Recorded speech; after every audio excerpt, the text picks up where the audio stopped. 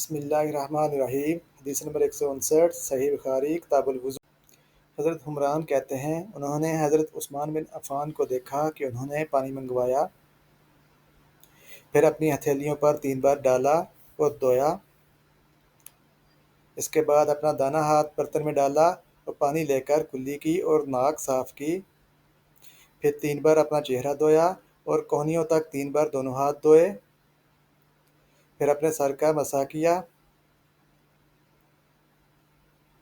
پھر پانی لے کر ٹخنوں تک 3 مرتبہ اپنے دونوں ہاتھ دھوئے، پھر کہا رسول اللہ صلی اللہ علیہ وآلہ وسلم نے فرمایا ہے جو شخص میری طرح ایسا وضو کرے پھر 2 رکعت پڑھے جس میں اپنے نفس سے کوئی بات نہ کرے تو اس کے گزشتہ گناہ معاف کر دیے جاتے ہیں۔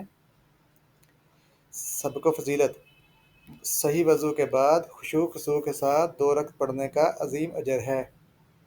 یہ حدیث وضو کے مسنون طریقے کی وضاحت کرتی ہے۔ گناہوں کی معافی کا ایک آسان ذریعہ بتایا گیا ہے، بشرط یہ کہ نماز دل جمی کے ساتھ ادا کی جائے۔